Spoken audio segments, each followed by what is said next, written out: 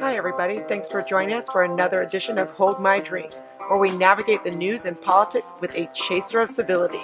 I'm your host, Jen, inviting you to grab your favorite beverage, sit back, and imagine with us how to create a new American identity together. Welcome to this week's Hold My Drink and Counterweight podcast with my co-host, David Bernstein. Today, we have Greg Thomas of the Jazz Leadership Project. We got so much to speak to about. You're an Omni-American. We'll find out what that is. Now, I've got to tell you, it's earlier in the day, and so I always ask people, what are we drinking for this conversation? I'm assuming probably we don't. I do have a lemonade, but you water. I've got some water. Okay, but let me ask you this. I'm going to change it up a little bit. Greg, if we were sitting at a bar about ready to have this conversation on a Friday, Saturday, what would you order? I like pinot noir. Me too. Me Me too. Favorite wine. That is my favorite wine. That's funny. Okay. Yeah. All right. David's a bourbon guy.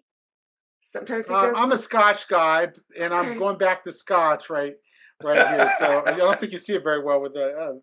David, you are. I am. Oh my gosh! I didn't even think to ask you. You brought a drink to the table. I did. See, you underestimate me routinely. I so underestimated you, and I apologize for this. That's all right. It's all right. Oh my gosh. Okay. All right. So, all right. Well, with David's scotch and our dreams of Pinot Noir, we'll get started. David, you take it away with the first question. Yeah, so thank you. And I've had an opportunity to talk to Greg, and fascinated by what you do and how you do it. So tell us a little bit about the Jazz Leadership Project first. Why don't we start there? Gladly. Thank you. I'm CEO of the Jazz Leadership Project. My partner and wife, Jewel Kinch Thomas, is COO. So we run the business together. And it is an enterprise that's focused on working with organizations, teams in organizations generally, and also individuals, using the principles and practices of jazz to enhance their leadership capacity and the way that their teams work together. So in a very general sense, that's what we do. And jazz is a powerful, both art form and form of cultural technology to do that. It accomplishes both enhancing leadership individually, but also leadership in groups.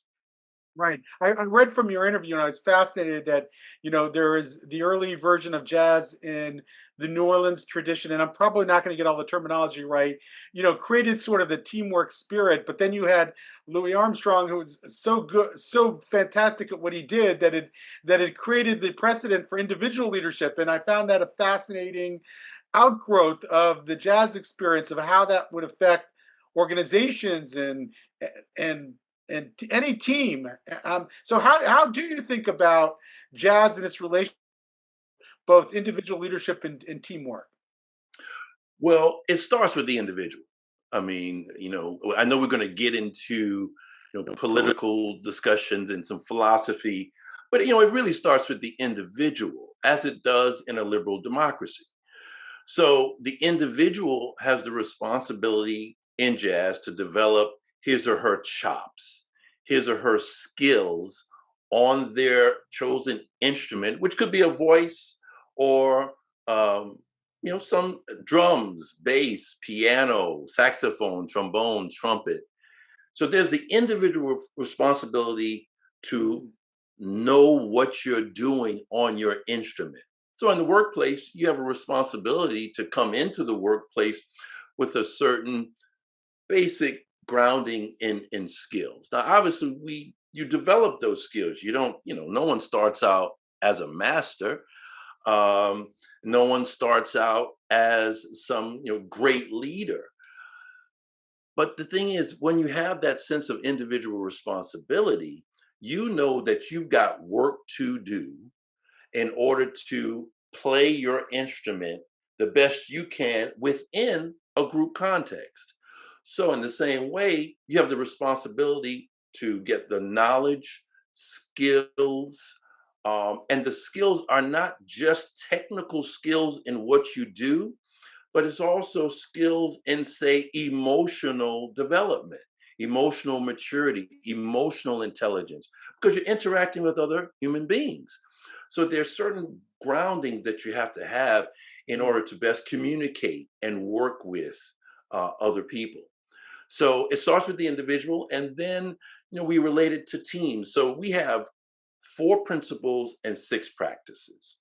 The first 2 principles and the first 3 practices deal with the individual.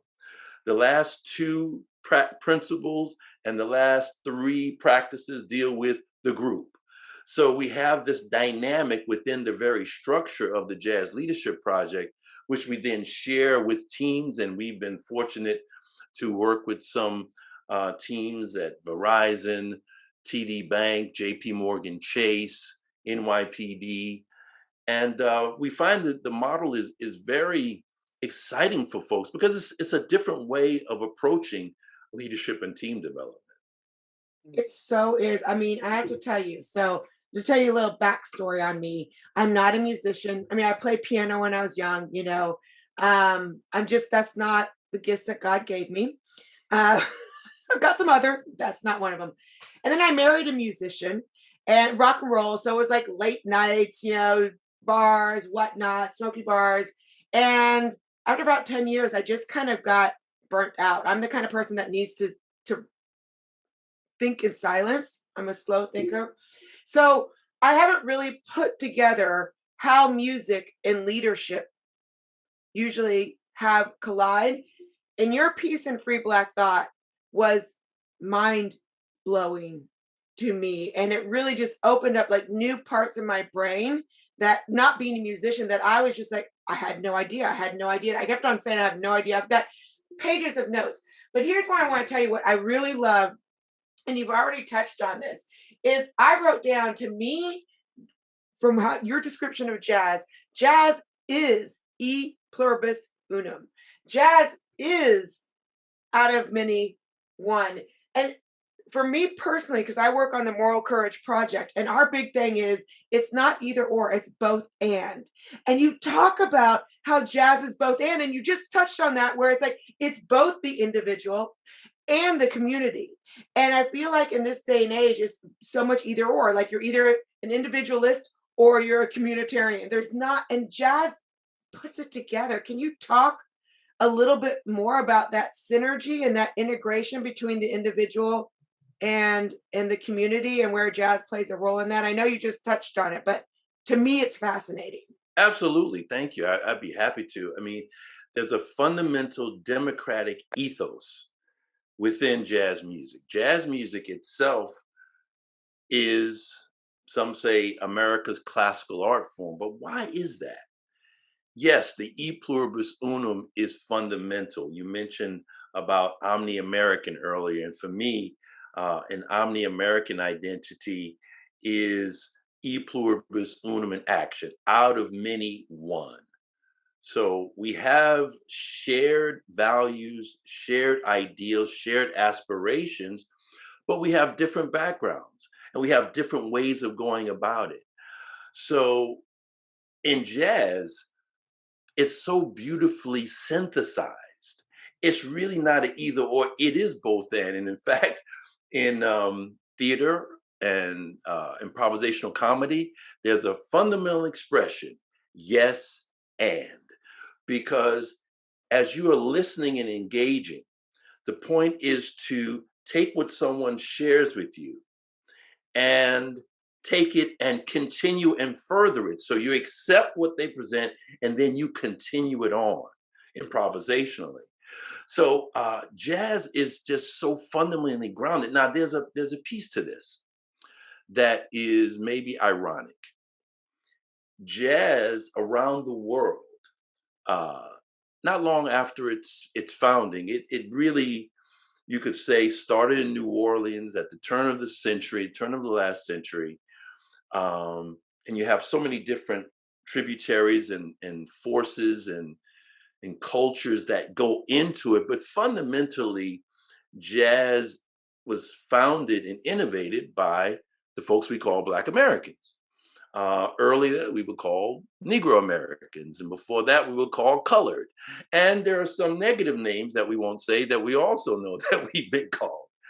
But the point is that jazz was developed in the context of unfreedom.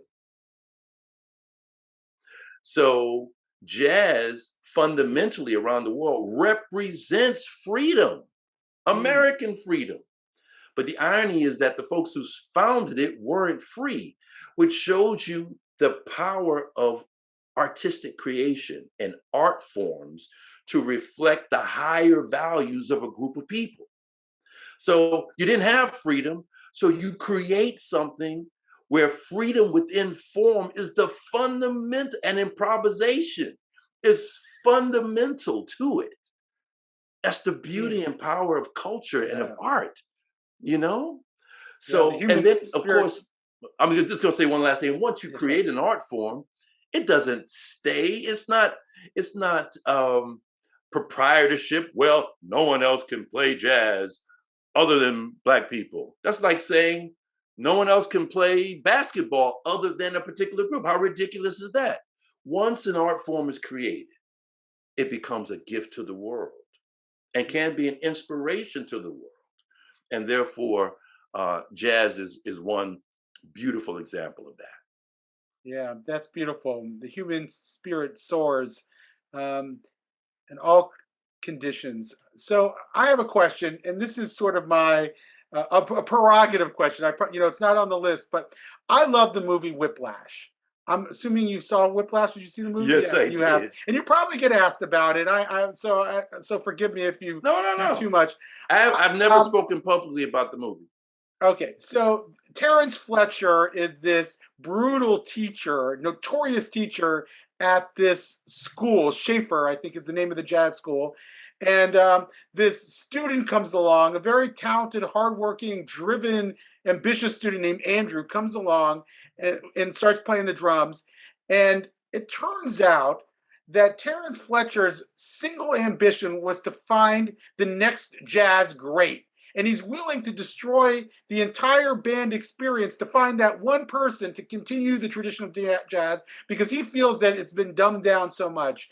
And I have to tell you, I almost had I couldn't help but admire the movie's message because on the one hand, that's not how I want to build teams. That's not how I want to create teamwork. But there's some part of me that understands that maybe we needed Terrence Fletcher who's going to bring out the next great. And I didn't know what to do with that. And I'm just wondering, as someone who comes from both jazz and leadership, how you made sense of the dilemma that came out of that movie.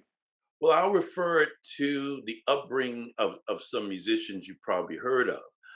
Wynton Marsalis will talk about this. Marcus Roberts will talk about this. How in earlier jazz times, and including when they were developing, I don't think it was quite as brutal as in that movie. But I mean, it was like, there's the Charlie Parker movie, a movie about Charlie Parker, Bird, that Clint Eastwood did. And one of the iconic moments in that, I think it's an apocryphal story, but it tells the same story, and it happens to involve a drum cymbal. And the story goes that the great Papa Joe Jones was playing with a young Charlie Parker in Kansas City. And he was in development. He didn't have, and so he was playing a song, trying to improvise it, playing in the wrong keys. And supposedly, Papa Joe Jones took his cymbal off and threw it at his feet. Boom. Right. That's in the movie, actually. He talks That's about what I'm saying. And he actually the Terrence Fletcher character actually threw a cymbal or threw some kind of object to indicate that that's what he was doing. Right. So that's like that same story. Now, what happened? Now, some young musicians might have been destroyed by that, might have just quit. Yeah. Charlie Parker was inspired, and this is on an interview he did with Paul Desmond, another great alto player with the Dave Brubeck quartet. He interviewed Charlie Parker, and Charlie Parker said that he went through a period. Well, let me back up. Paul Desmond was like, you have this incredible technique. Oh my God, is it natural? Did you just come with that? Which kind of is a ridiculous question when we know about the 10,000 hours. I mean, everything takes a lot of work to make it Sure. seem effortless. So Charlie Parker said, I don't think the technique is all that. Yeah, well, he could say that. He's the one with it.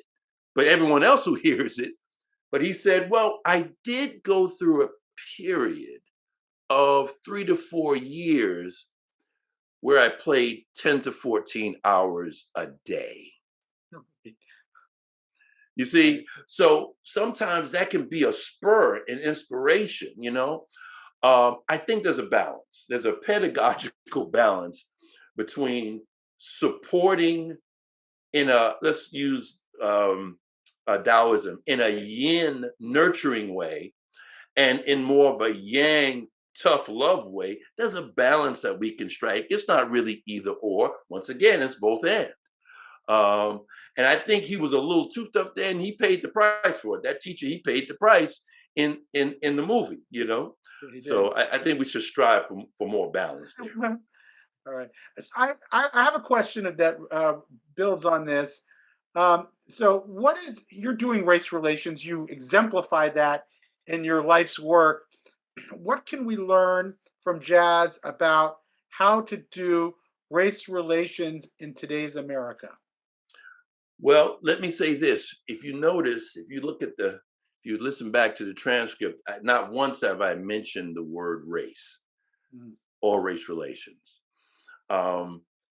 I am of a very strong opinion that we have to critique and we have to, I'm going to use a word from the academy, interrogate certain ideas.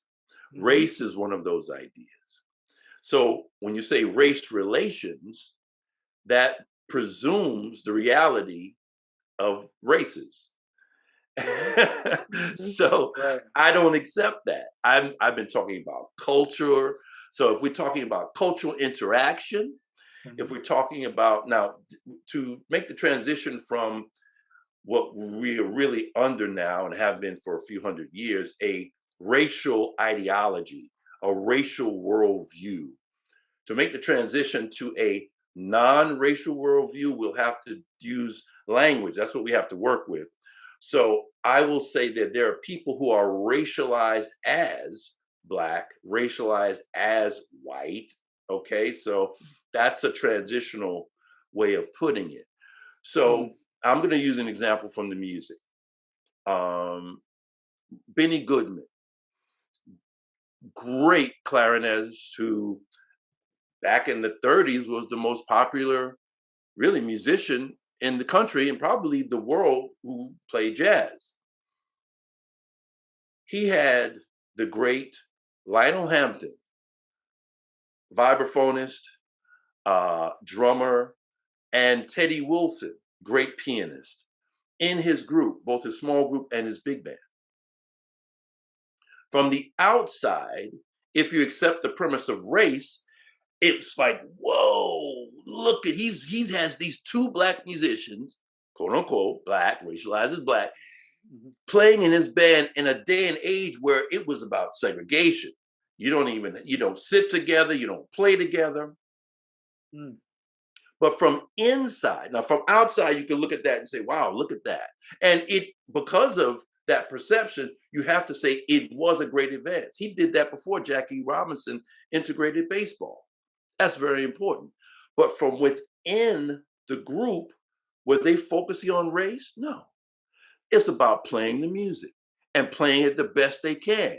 And he wanted the best musicians he could get, regardless of race, regardless of the color of their skin, which tells you what about an individual? Nothing. I mean, just, it tells you that they do have darker skin, they have more melanin that they're working with. But otherwise, what is it really telling you? So Right. from inside, it's cultural. It's shared intersubjective agreements about how we're going to go about working together, playing together, creating this beauty in the world together. That's what it was about. From outside, you can say, oh my God, what a social advance in race relations. You see what I mean? You see the distinction I'm making? Mm, interesting. Um, you've done some work with Free Black Thought. You did that wonderful interview on the Journal for Free Black Thought. Um, what do you make of the diversity of thought within the so-called Black community or the racialized Black I community? like To use that. your terminology, I'm working on it. Thank You you. and a few of my friends are helping me along in this journey myself to de-racialize my friends. So that's an important thing to do. So what do you make of these? I'm quite positive that there's always been diversity going in the Black community, but how if you look at today's hyper racialized environment, hyper politicized environment, how do you see the sort of a range of opinions now within the Black American community? There's one could say there's always been a diversity there. You could say that during the period of enslavement, that there was a development, ironically again, of certain ways of solving problems. That's what human beings do. So those ways of solving problems based on the predicament um, and oppression that we went under, there were certain things that developed strategically, things to do and not to do, things to value, things to be careful of. And then those things are shared. And then there are certain actual art forms that developed that expressed our highest values, the spirituals, blues, jazz, and other forms. But once we get to, let's just fast forward to the civil rights era and the post-civil rights era.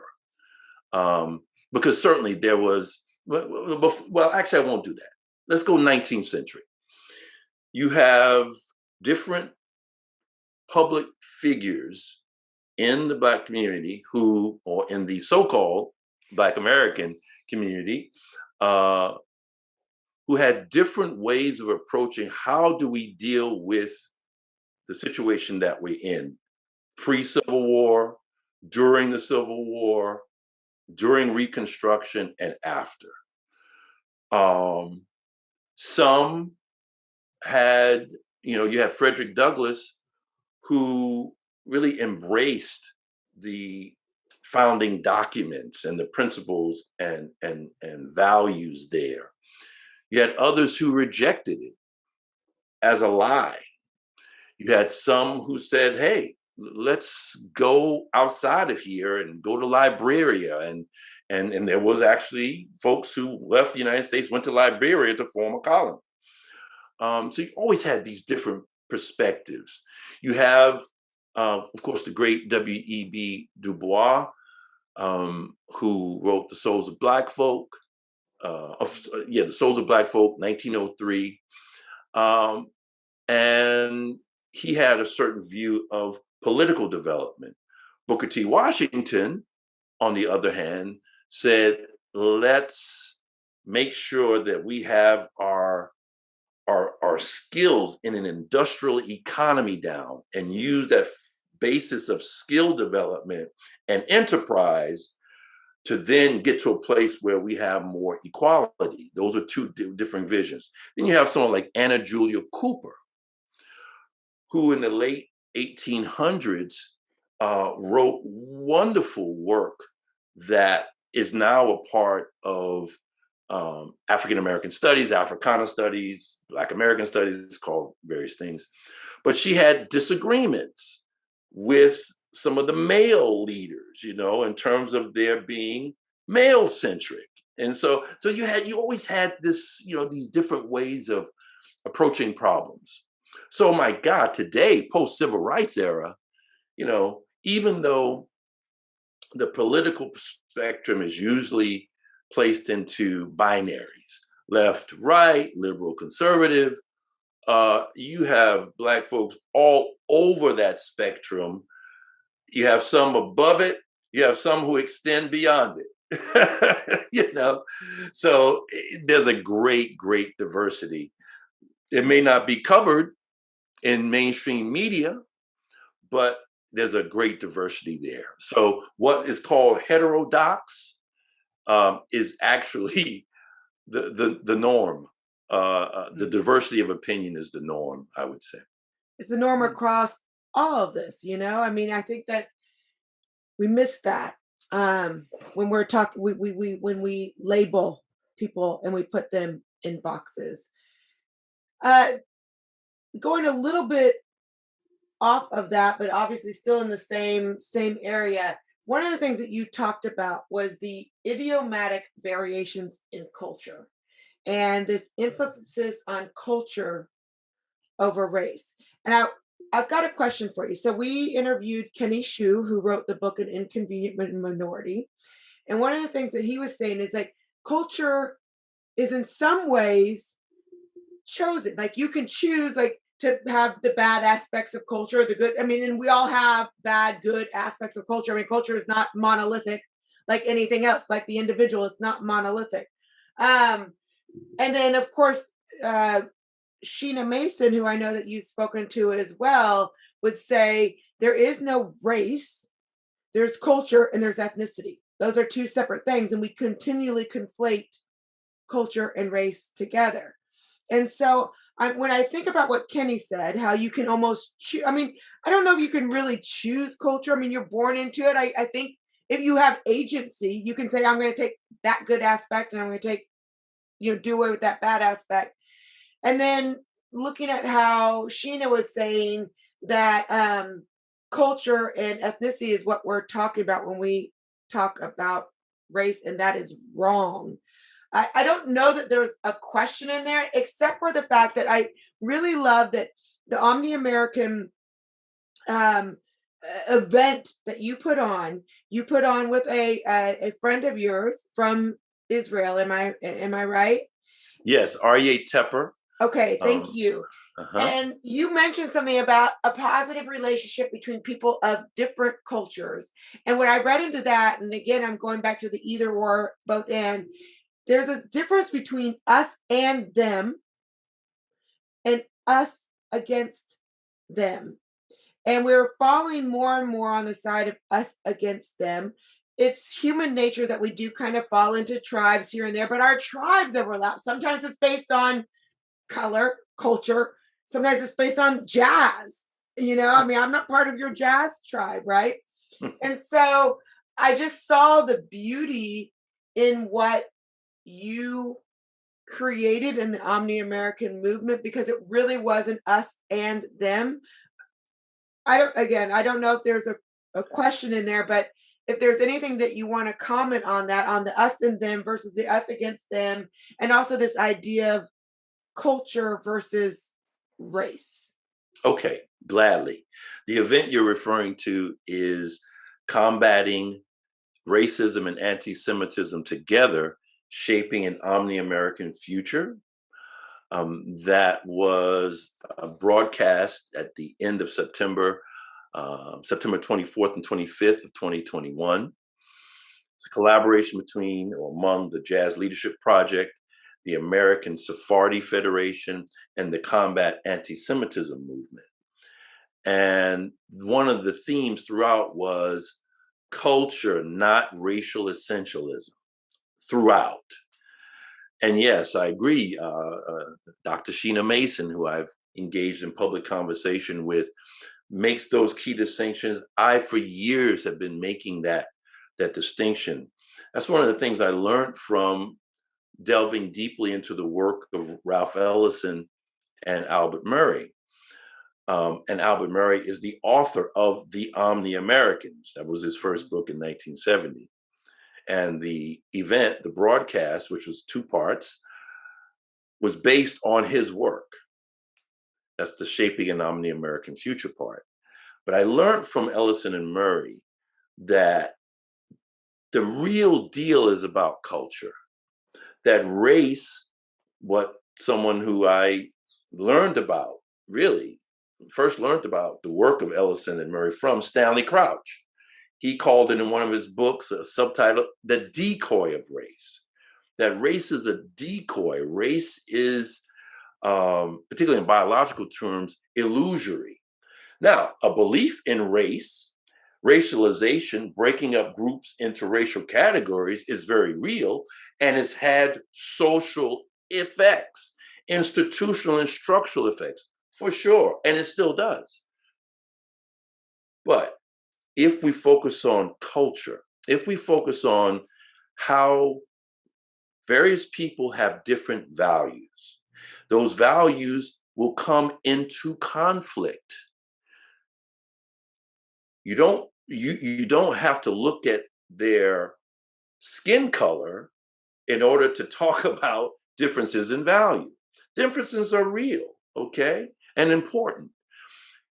If we're talking about values, then you can say, well, what are the primary fundamental values? And culture is an expression of values that manifests in what the products of culture, the way we speak, that's idioms, the way we move, the way we dance, the way we do food, the way we create music, it manifests. So you have an internal dimension of culture, right? That is intersubjective. Subjective is the individual. But when you have more than one individual, you have intersubjective agreements. I referred to this and alluded to this earlier with Benny Goodman and Lionel Hampton and Teddy Wilson. So those are inner. That's like the inside aspect of groups. There is a jazz culture. There is a chess culture. There is a Jewish culture, a Jewish American culture. Is there diversity of thought amongst Jewish people? Oh my Lord, come on. I can attest. Huh? I argue with myself half the time. And you should. That's a good sign. So we have to understand like the history of racialization in this country, why it happened, when it happened, how it developed and changed over the course of American history. But if we focus on culture, we will see the things that we share in common. We will see the things that we differ on. And we will point to values, meanings, traditions, practices that we can, to go to what you were saying, Jennifer, there are certain things we can choose. Focus on jazz. So because socially, Negro Americans and folks racialized as white were separate socially, and Black folks were held out of the political sphere in terms of economic engagement, you do have this separate course of development, though you still have intersecting influences. And that's the power of culture. Ellison talks about how on the plantation, there would be dances that formal dances that the plantation owners would have, right? Social affairs. Well, Negro Americans would observe this, and they started creating dances that integrated their own style with that, and in some cases, making fun of the other thing. But then the quote unquote white folks saw what they were doing and were influenced by the dances of the Negroes. So there's always this cross-cultural influence going all the time, even with restrictions based on race and racialization. So it's very important to acknowledge that. Can I ask you about that for a second? Absolutely. It seems to me, based on what you're saying, that this whole concept of cultural appropriation is really just bonkers, because if what you're saying is true, and I believe it is true, human societies flourish when different cultures interact, when they borrow and steal from each other, when they learn from each other. Now, it's not something that we should see as an assault on another culture, but rather sort of plagiarism as the highest form of flattery, if anything. That's true. That is true. Ralph Ellison, in his 1977 book of essays, Going to the Territory, talks about cultural appropriation. And he even talks about it earlier. And he says, actually, appropriation is the way culture works. Right. Now, what are folks who critique cultural appropriation talking about? And where do they have a point? They have a point when you look at museum, you look at the British Museum, and you have all of these artifacts from these other cultures that were stolen from those cultures. Well, that's the kind of cultural appropriation that you could critique. If you have a cultural art form that's been created by a group of people in a particular place in a particular time, and you don't acknowledge that, that is wrong. And if you claim that you did create that, that's appropriation. So it's not like there's no validity to cultural appropriation, that critique at all. It's just that it doesn't acknowledge that, as you say, that's the way it works, baby. That's the way culture actually works. And that's the beauty and power of culture, American culture in particular. Right. Because we have an experiment here in the United States of America, the first truly multicultural, and I'm going to use a term that's a common term that I critique, but I'm going to use it, first multiracial democracy.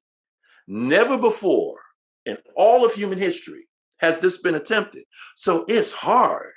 So getting this right, understanding what culture is and does, getting an intelligence around values, meanings, practices, traditions, honoring where it comes from, but it being a gift to everybody once it's created is the way to go. Now, you have early on, I mean, it was pretty clear to musicians early on that it was Negro Americans who were the founders and innovators of what we call jazz. So in Chicago, you have a group of racialized as white young people, teenage boys, who were so enamored with the Fletcher Henderson Orchestra when they came to Chicago, featuring Louis Armstrong. They were blown away. They were magnetized and attracted to the power of the music, and they looked at it as part of their own identity. They did not allow race to say, well, that's theirs. They're playing that, therefore I can't. No, I love what I'm feeling. I love what I'm hearing. I'm a musician. That's what I want. So what do? You learn the art form. You learn the subtleties and nuances, the idiomatic nuances of the form. And you do that by listening to records, playing along with it, by going to jam sessions and playing with other people. Even though publicly, so-called Black and so-called white musicians did not play together after hours in the joints where it was just the musicians and maybe a small group of people, they would jam together because it was about playing together and learning from each other. The great tenor saxophonist Lester Young, called Prez, like the president of the tenor saxophone, he was greatly influenced by white saxophonist Frankie Trumbauer. It's cross influences, So it's really important to make these clear distinctions, but the emphasis is culture and appropriation, except in rare cases, because of course there has been that in some cases. These days, with information being so available, it's really tough to culturally appropriate something as your own without, people saying that's just nonsense. This is where it started. That's like That's like the British saying, we founded opera. No, the Italians did. Okay. Okay. Right. So we're in this current environment, this charged environment, and we've seen this play out in elections. You have critical race theory. Whether you believe it's actually critical race theory or not is another question that people are debating about in schools. There are people who say, well, there's no critical race theory in schools, but we are teaching kids about how systemic racism impacts people's lives and so forth. And there are other people saying, well, that's an opinion. And I want my kids to be able to discuss or debate that. And then it plays into the historical narrative as well. And Jennifer knows this better than I do, between the 1619 project and the 1776 project and everybody else. What do you make of these debates over race and racism? And I guess my follow-up will be, which I'll ask you in the beginning, is given that, how do we get to this point where we can create an Omni-American? How do we get when there's such bickering and anger about how race and racism are being conceived in society today? Mm-hmm. I'm going to take a big step back and up and come back to your question. Okay. We are going through one of the most momentous transitions in human history right now. Okay? When we transitioned from hunter-gatherer to agricultural, that was huge. When the printing press came online and was a technology where people then could have books that they would read for themselves, as opposed to going through the few priests, say, and other elites who read, that was a game changer. The industrial age, total game changer, okay? We are now in a post-industrial period where, with the collection of technological developments in transportation, energy, food, information, and materials, such that we can transition, and this is based on a great book called Rethinking Humanity, a short but very dense and powerful book by two consultants that I strongly recommend people check out. What we've gone through is a period where, if you look at human development as worldviews or cultural codes, we've gone through indigenous to more of a traditional society where myth and religion was prominent, to a modern society where science and economic developments to focus, to a postmodernist orientation of critiquing what came before, critiquing both modernism and traditionalism, but mainly modernism. You have all of these various developments. Right now, according to the authors of Rethinking Humanity, we can go from what they call the period from the time of the traditional through modernity, the extractive. It's like growth, get bigger, empire building, extract resources. You extract from nature, you extract from the human population, human capital, to build and grow. And they say that we have a choice in the next 10 years. We can either deal with this transition from the age of extraction to what they call the possibility of an age of freedom, based on these technological developments, where we can have human beings who, for say about $300 a month, can have all of the energy, food, all of the necessities taken care of, be relieved of the drudgery work, because machines will do that shit, Right. Okay? Or we could have what's happened throughout history, where you have these dark ages. You have development, civilizations fall. development, civilizations fall. For the first time, we can actually choose another course. The incumbents of this current system in politics, in enterprise, whenever you have power, people hold on to power.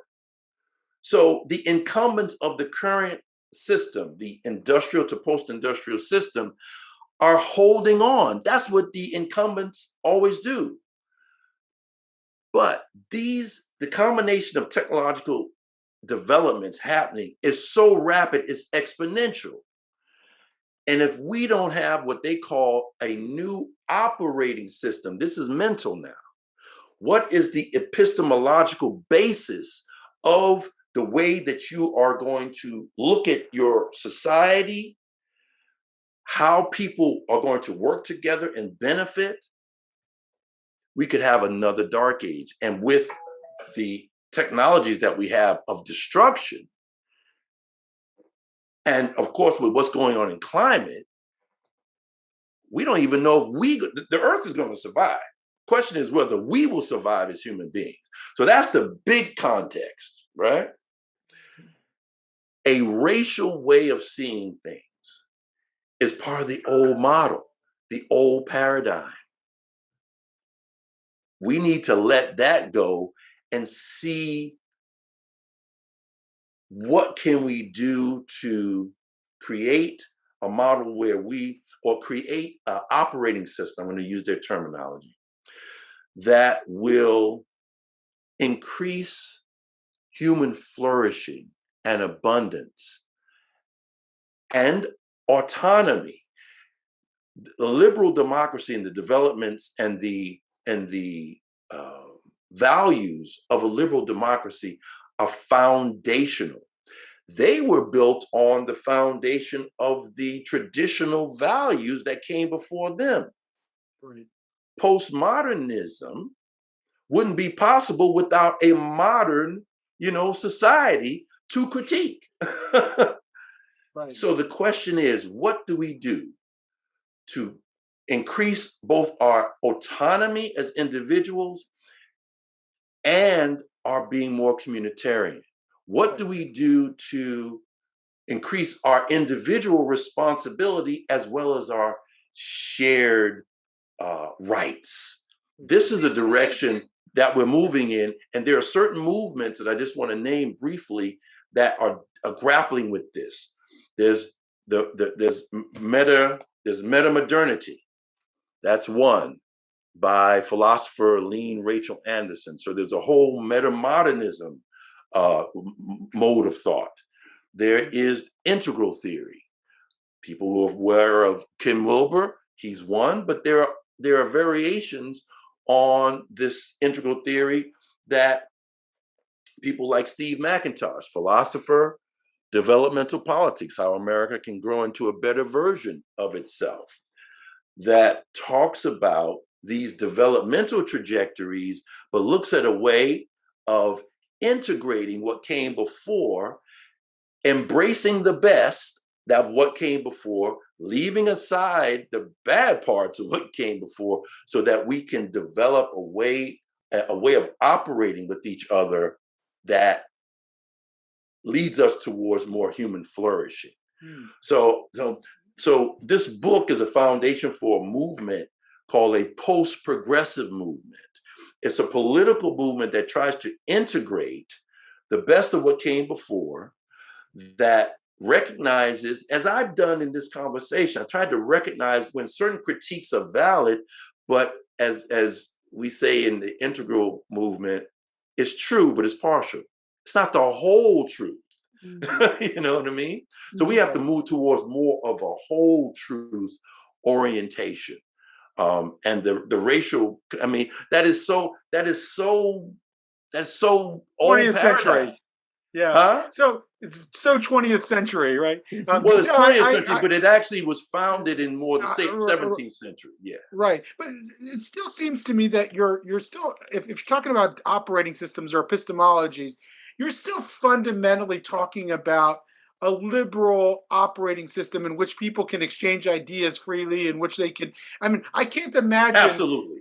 No navigating question. this You tremendous change from one economic and social order to another without having the ability for people to talk, be wrong, go through the scientific method and so forth. So it seems to me that the fundamental operating system is still liberal, and that this, what Wesley Yang calls the successor ideology, which is this postmodern way of seeing things, is still not going to be the way to get you from A to C or D.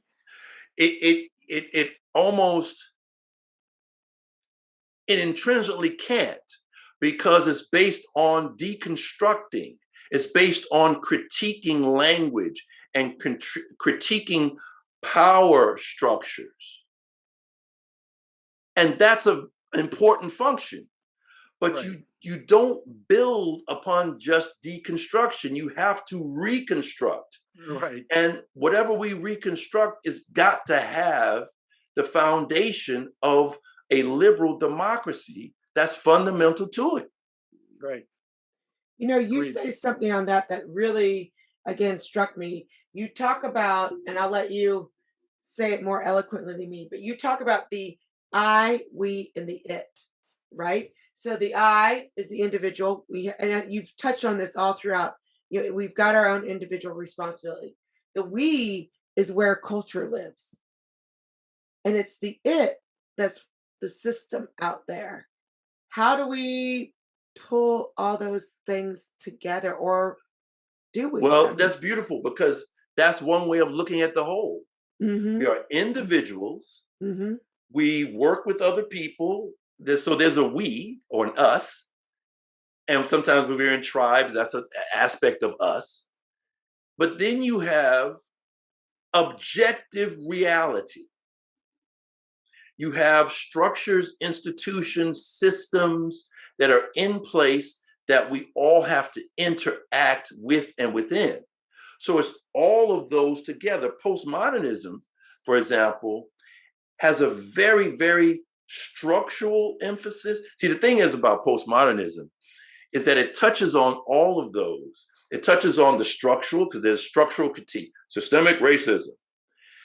It acknowledges culture by saying that truth is culture or context bound. So it does acknowledge culture in that way. And then it focuses on individual feelings. So that's the subjective. So it has a way of dealing with those, but it's still not broad enough and deep enough. Postmodernism is very surface in its orientation. These other models that I've mentioned have more depth to them, because they're looking over a longer and larger span of human history and development, and how we can learn from the lessons of history, not fall into the same traps we've fallen into in the past. But it's difficult because, as I said, we're in a transitional place here. We don't know what's going to happen. We can project and we can see the direction that things are moving, but we don't know some of the, unintended consequences of the actions that we might take today. So that's why we have to have an open kind of improvisational sense about us. We have to be open to improvising, but you're improvising upon a foundation of shared moral values, shared individual values, and shared transcendent values. That is one of the missing elements of modernity, the transcendent. And this is something that Steve McIntosh talks about in Developmental Politics and his other work. And what the postmodern or post-progressive postmodernists try to do, because of that gap in modernity in terms of the sacred, I say transcendent, you could say sacred, because religion and myth then becomes subservient or criticized by science and economic development. So what are you going to do when there's that gap there, when there's that lack, that absence?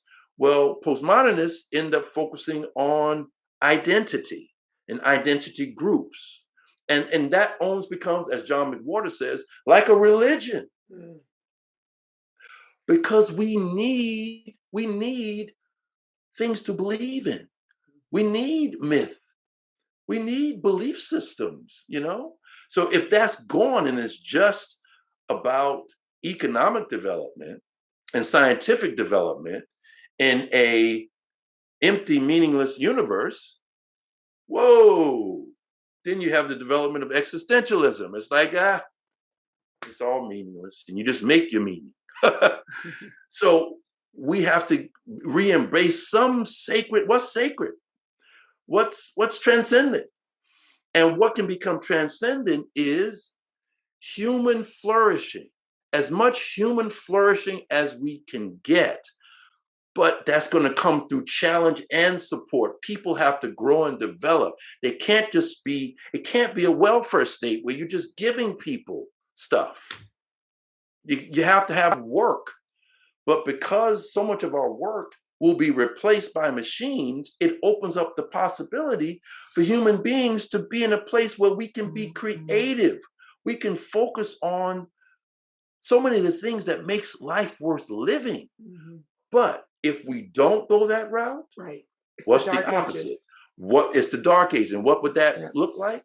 It looks like 4 or 5 technology groups, and we can name them, that have access to more information about us than we have about ourselves, and using that information to create something that is called surveillance capitalism,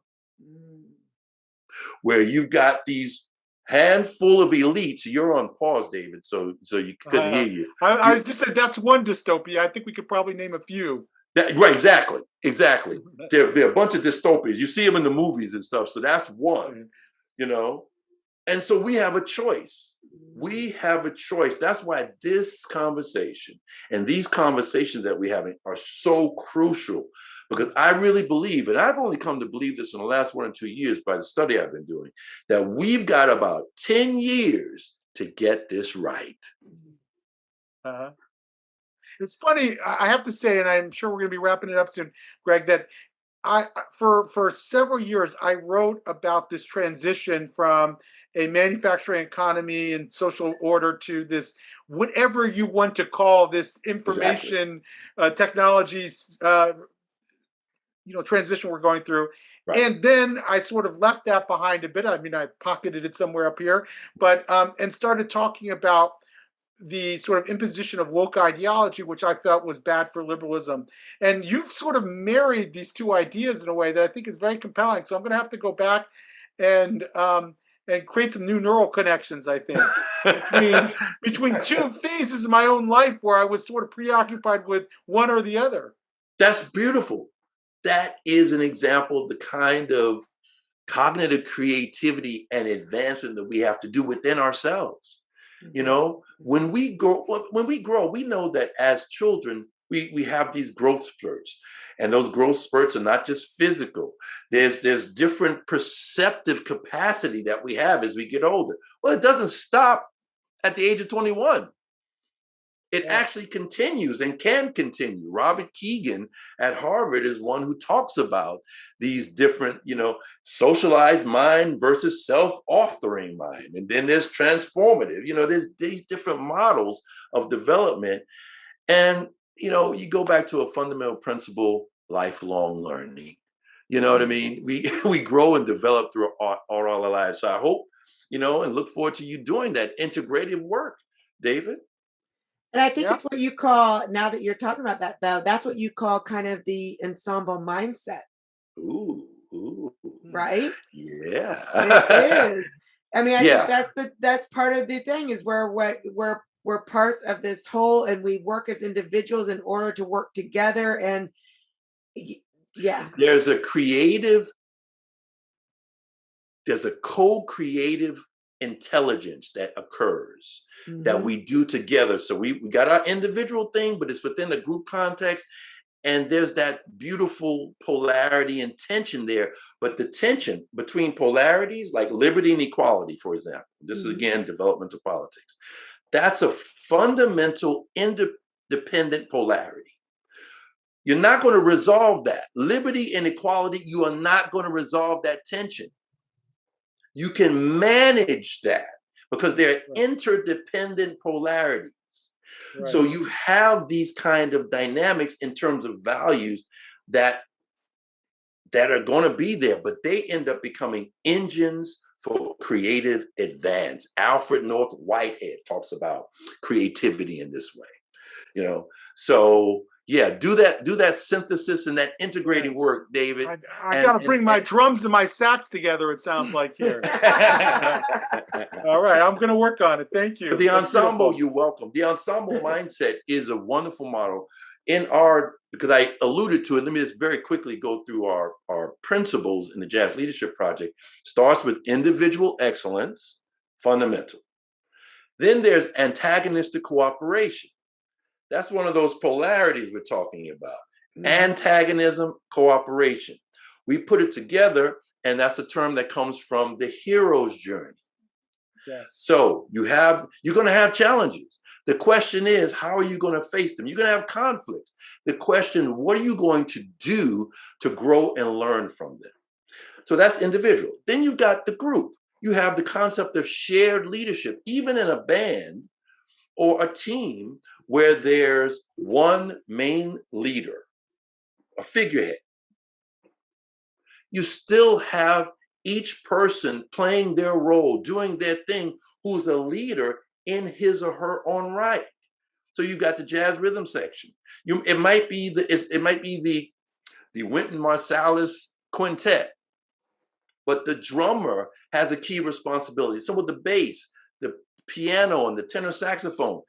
And so they all contribute as leaders in their own right. That's shared leadership. And then ensemble mindset, that's our highest principle. And that's enacted through putting all of these previous principles into action through the practices that we engage in, and where it's swinging and improvising together on a very, very high level, where it's not just individual flow, but group flow. And that's where that creative advance happens. When you've got groups of people grooving and swinging together, it's very, very powerful. That's one of the great appeals of jazz. That's what oh gosh. I mean, I'm humbled by your knowledge. I'm humbled by like I said this morning, this burst of like putting that music and putting that jazz together and seeing that synergy. It's just been absolutely amazing. I hope that you will be a mentor for me in the future, that I might we could bring you back on to talk, but even, personally, because I feel you. I feel you. And I just didn't make those connections before. No, I appreciate, because what you're expressing is having recently downloaded this. Yeah. And it's very profound, but this comes out of decades of deep study of history, of grounding in what I call the blues idiom wisdom tradition, that for me started with Frederick Douglass and Harriet Tubman, but that was most prominently presented by Ralph Ellison and Albert Murray. Then you have people like Charles Johnson, Stanley Crouch, Wynton Marsalis, Danielle Allen, who's at Harvard. I put her in that group. She's a wonderful political philosopher. And a lot of other study, obviously. So I've synthesized quite a bit, as you can tell, and I'm trying to step up. I'm teaching this course called Stepping Up with my wife and a great friend, Amil Handelsman, so that these perspectives can be a part of the discourse, be a part of the conversations that we're having, because it's usually not. No. And it needs to be. It really needs to be. And it's coming from not just the head, it's coming from the heart too. Yeah. And you can tell that.